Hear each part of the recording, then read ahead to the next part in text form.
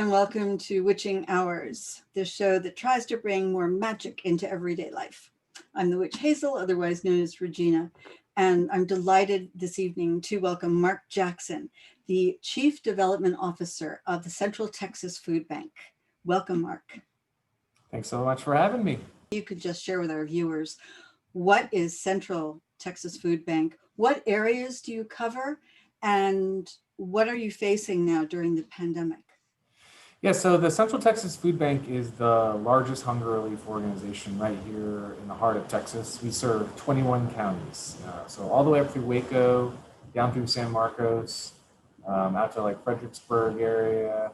So we have a really large geographic service area. And the way that we operate as a food bank is we work really, really hard to secure as much donated resources as possible and get that out to folks that are facing the prospect of maybe not having enough food in the pantry or fridge, feeding their kids, or making a decision between paying for medicine and having food on the table.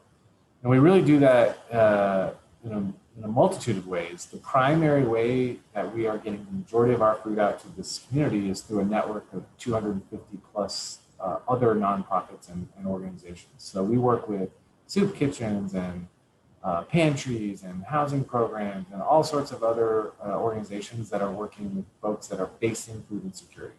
So you provide some of that food? Yeah, we provide the majority of the food for all of those nonprofits. And so it's a big, big task. That network of organizations is distributing, on any given year, well over 80% of the food that we distribute. We do it by getting it out through this network of organizations. They're fantastic.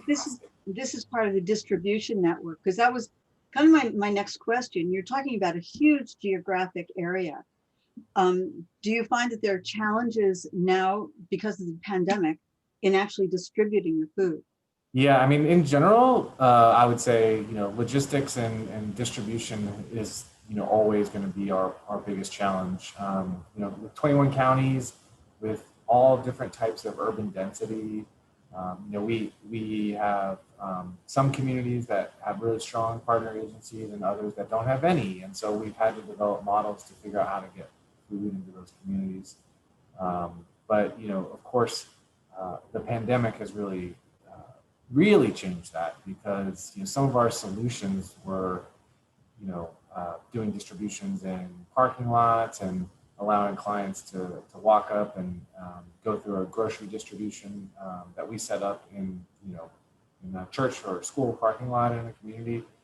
And we're no longer doing anything face-to-face for obvious reasons, because we want to keep social distance and keep both our staff, volunteers, and clients safe. And so having to figure out how to do that, it's really been adapting to what we're doing is a drive-through model, since many of our clients have vehicles and can stay in their cars. And what about your clients that may not have transportation, may not have a car?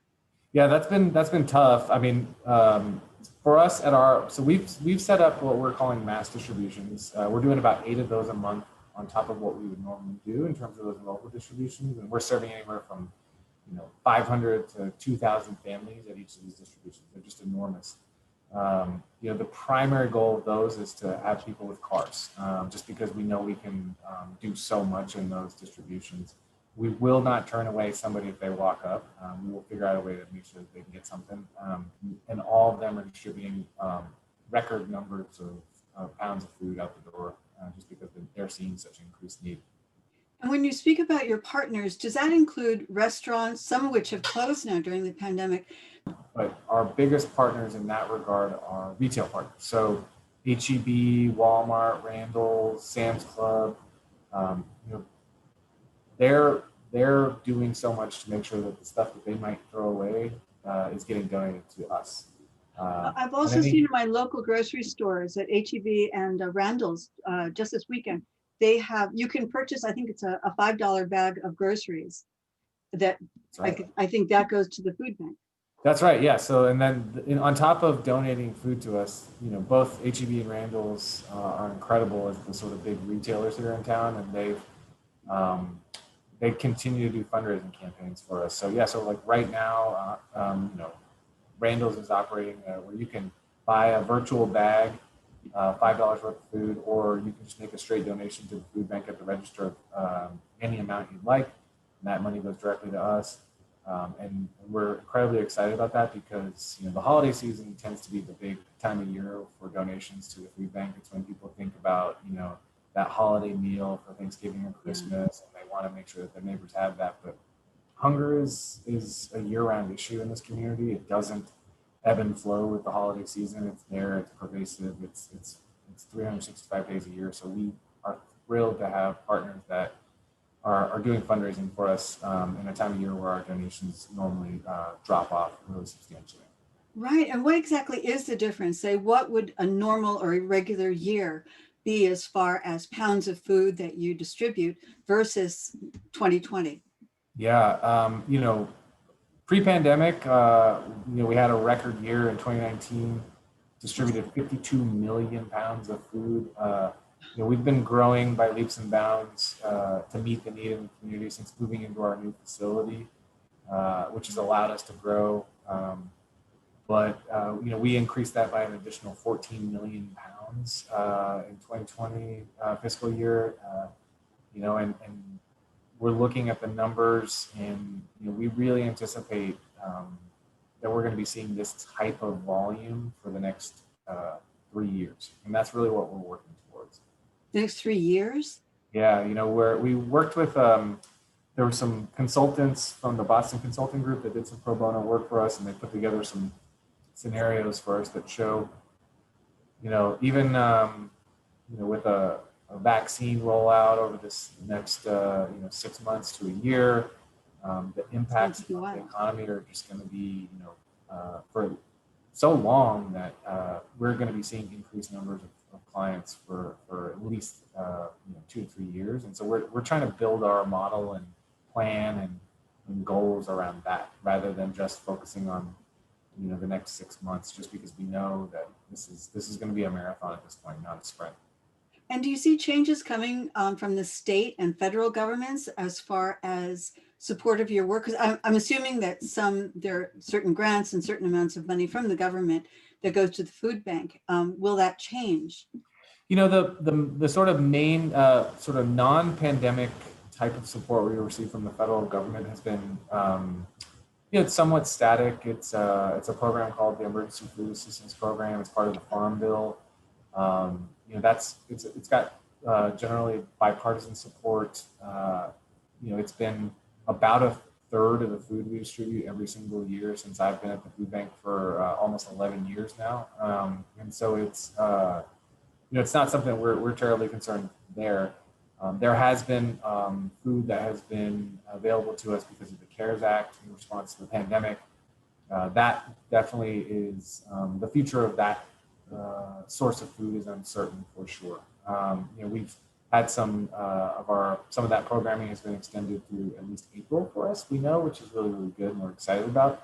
And sort of the way things operate, we obviously we have a different administration that's going to be stepping in, and we are always aware that politics can change at the federal level, and we are just sort of as a network of food banks across the country always vocal about legislation that could impact hunger.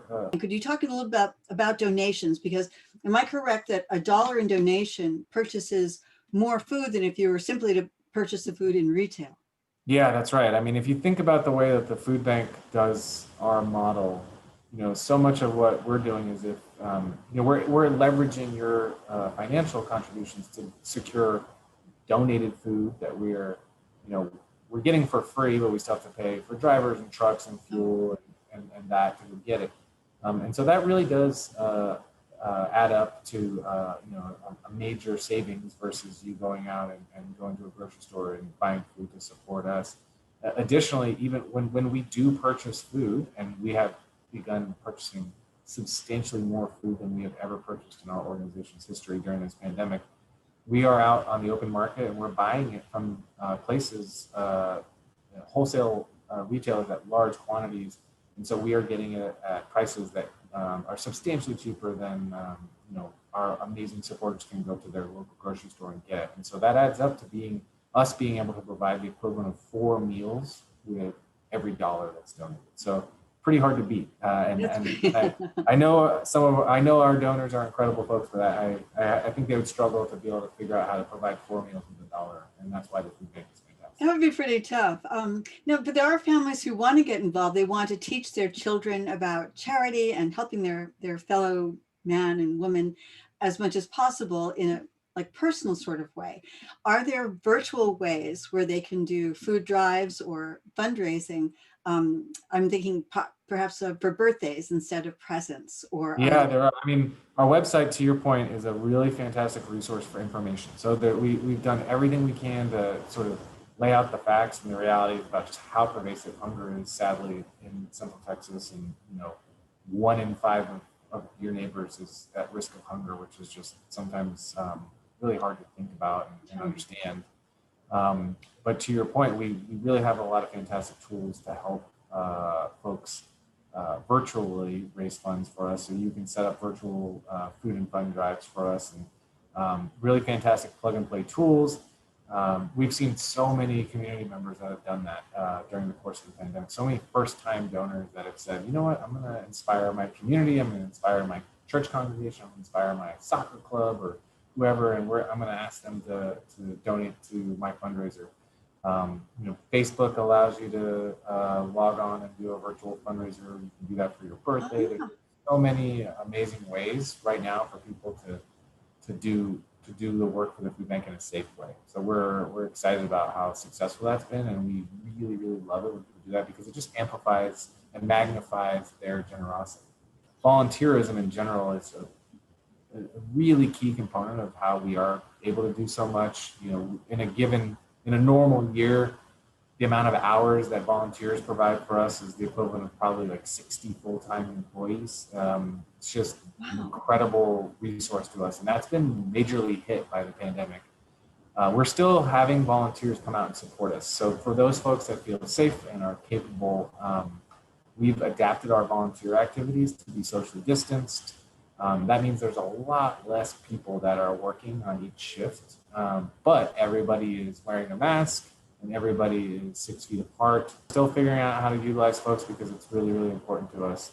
Again, slightly diminished in capacity, but we were so excited to see how many folks still wanted to come out and support from a volunteer perspective during the course of the pandemic. We've been taking it incredibly seriously, the safety of everybody involved. But it's been fantastic, and we just could not be more grateful for those folks that stepped up and made sure that we were able to keep our warehouse operating, because volunteers are absolutely integral to that. Now, I guess what's ideal is you were saying financial donation is most useful because you know where to send the money and how it should be spent most effectively. If someone does still want to physically donate something, are there and this probably is on the website too, but are there certain types of food that you are especially looking for? Yeah, I mean, we always have our most wanted items up on the website, but in general, what we're looking for are long-term shelf-stable items, right? So fresh stuff is not great for us just because of the shelf life and having to turn that around and get it out to clients before it goes bad. So things like peanut butter, canned meats, whole grain pasta and rice, those types of things that are hearty, stable, staple items that can last for a while in people's pantries and be a supplement to the food they might be able to still purchase at the grocery store or the corner store. And so, just always looking for those items. But again, if you feel inclined, I assure you, we buy those items and we can buy them much cheaper than people. Right. It does. That makes much more sense, but especially the fresh produce, which I understand you distribute a lot of fresh produce. We really do, yeah. And that's been a real struggle because of the pandemic. But before the pandemic, we had a major focus on continuing to increase the nutritional quality of the food that we distribute. When people think about food banks, if they'd ever heard of them, they probably think about that dusty can of food that gets donated to go to an event or at a food drive at your company that you pulled out of your pantry because you wanted to participate. But the reality is that's not the only way we think about food. We're happy to have that stuff, and it's really important to have shelf-stable items. But we know that so many of our clients are facing higher rates of obesity and diabetes and other factors that are impacted by nutrition. And so we really want to distribute healthy food, and we know that fresh produce is the key to that. And so we built, as we were designing and building the new facility that we are currently in, almost half of it is fridge and freezer space right now in our warehouse, so that we can take in full truckloads of produce that we're buying. We're buying full truckloads of like pallets of grade B produce that we can bring into our warehouse and break down into manageable quantities, and we put together mixed bags of produce for families. Do you take into consideration some of the demographics of the different clients, so that, you may have some folks from very different backgrounds, and I mean, that's the biggest struggle for us always is, the types of people that the food banks serve is very diverse. Yeah. And our food options are very sometimes opportunistic. So, we're capitalizing on donations for about half of the food we distribute, and so we don't really have a whole lot of choice. The other thing is we're purchasing a lot of produce now. About 38% of the food we distribute is fresh produce, which I think a lot of people would be surprised to learn. And we really pride ourselves on that, and we really want to keep increasing that number, because we think that the more fresh produce in your diet, the healthier you're going to be. Absolutely. But we're aware that there's probably an education component that comes along with that too. So, we don't want to just show up into a community and say, here's this produce you've never heard of. It's an artichoke. What do you do? It's if we are gonna secure and distribute some interesting types of produce, we're gonna be there and help educate, and that comes with nutrition education and cooking demos and other things that allow our clients to sort of dip their toe into a new culinary realm with the type of produce they've never used before. Absolutely. Now, is that on your website? Can you actually see cooking demos? Yeah, you can. And we've been really working hard to show more of our nutrition education stuff through the website because of the pandemic, which is obviously been a challenge to in-person classes. And I know that our amazing nutrition education team is excited to get back out into the community and do those in-person classes. But until then, we're going to be doing everything virtually. So we have lots of recipes and lots of ways for folks to learn about the food that they're going to be accessing available on our website. Now, I don't want to open a Pandora's box, but if you have volunteers who are actually contributing, could they also possibly, tape how-to cooking videos, or is that too much? I mean, we have an awesome team dedicated to doing that stuff. But I mean, we certainly love volunteers and we love enthusiasm. So any sort of, if volunteers want to reach out and want to support a specific area, if they're really interested in nutrition education, for example, or cooking demos or gardening, for example, because we have a garden on site at our facility, a teaching garden. And it's quite large. It's an acre, and produces tens of thousands of pounds of produce that we incorporate into our programming each year. We would love to have reach out and try and be a part of it. I mean, the garden alone definitely requires a lot of support to make sure that that happens. Something that people visit? Yeah, it's a volunteer opportunity as well, because when you come on site, you'll see it's a substantial amount of work to make sure that garden is taken care of, and it's a really fantastic tool. It's a shining sort of example of our commitment to being bigger picture thinkers and holistically thinking about our clients' experience. And if we're going to be really committed to distributing healthier food, we knew that we could show our community how to grow it. We knew that so that is set up to be a teaching garden. So it's really showing square foot, raised bed, all different types of gardening. It's really fantastic. And then we can incorporate in the nutrition education and cooking demos into the garden as well.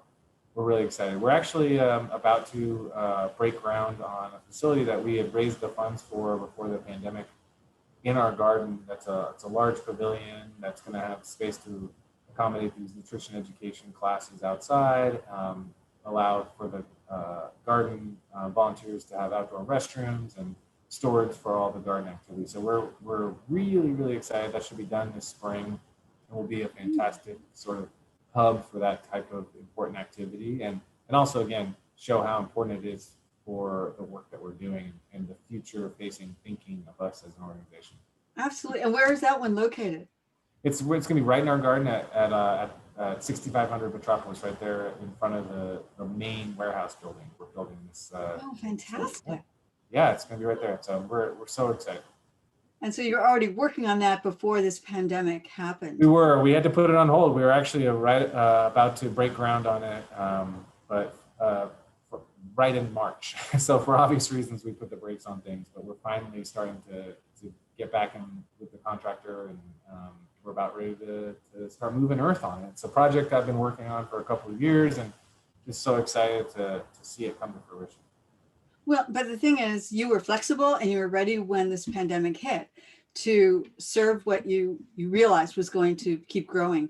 Now, do you expect the need for food bank food to grow this year? I mean, you were projecting 3 years, but yeah, it's hard to say. I mean, so what we've sort of start really in like by the end of April into May, we really felt like we built out our distribution model, our mass distribution model, to supplement our larger distribution. If you really look at those numbers, it plateaued and stayed somewhat static through all the way through the fall into the end of October, at which point we saw a spike. We were worried and kind of anticipating that might be the case, and it was, and we ended up starting to put about 25% more food on every single truck that we were sending out into the community, just because we didn't want to have to turn anybody away. We had a couple distributions at the end of October and November where we had to turn a few folks away just because out of nowhere these new, the amount of folks showing up had increased. And we've sort of seen that now, that new number, that new spike be the new norm. And we're hoping it can maybe reduce over the course of this year. But there's so many factors that can play into that we've sort of given up on trying to have a crystal ball about these things. And we've built out our plan and our model to continue doing what we're doing. And if that needs to increase and we need to do more, we're prepared, and we will absolutely figure out how to do that, and we will absolutely communicate to the community that we need their support to increase even more. Well, I thank you and the Central Texas Food Bank for all that you're doing. And before we finish today, could you just go over once more for those who are interested in participating somehow, either as a volunteer, ideally in donations, what type of donations you like specifically? I mean, you were just talking about all the trucks that you send out.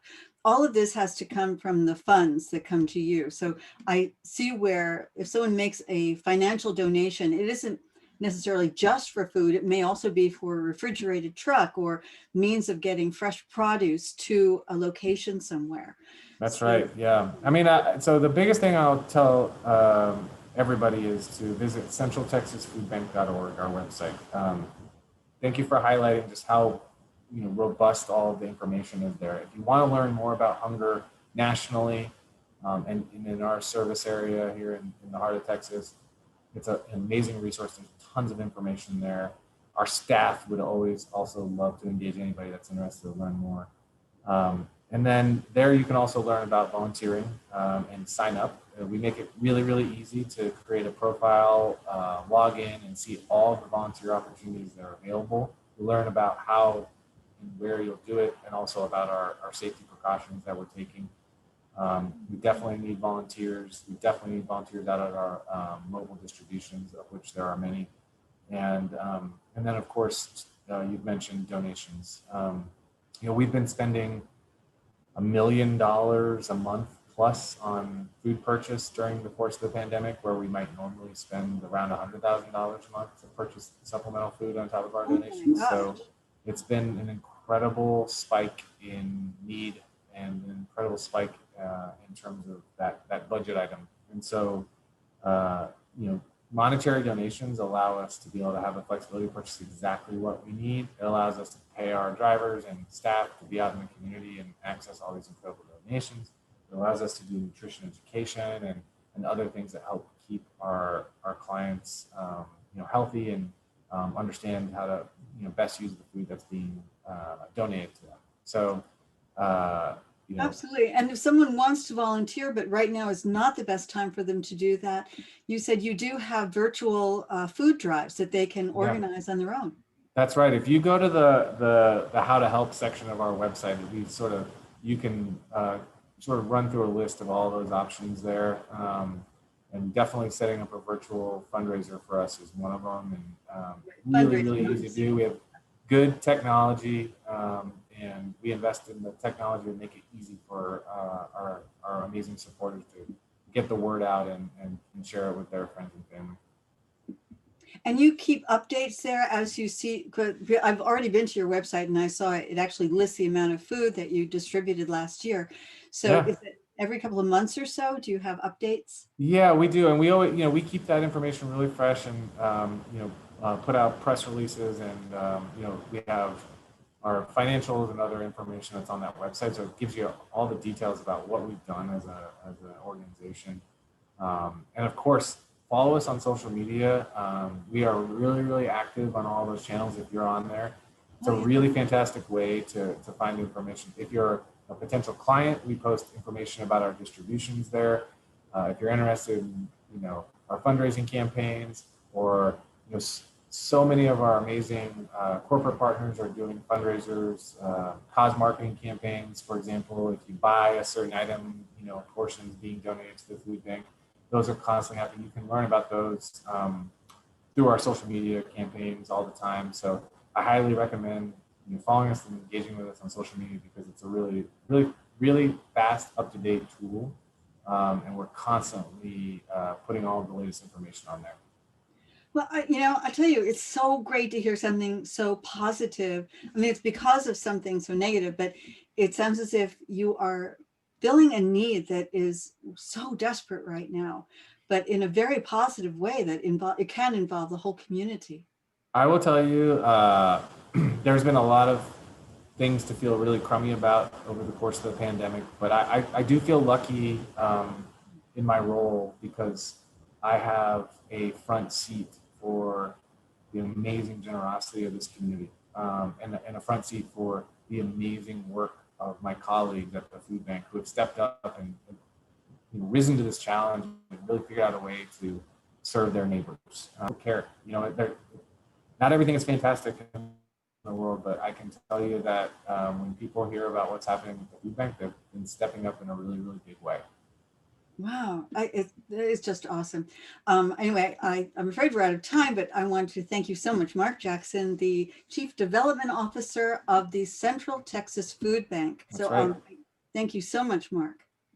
Thank you for having me. My great pleasure. And we're signing off from Witching Hours. Thank you.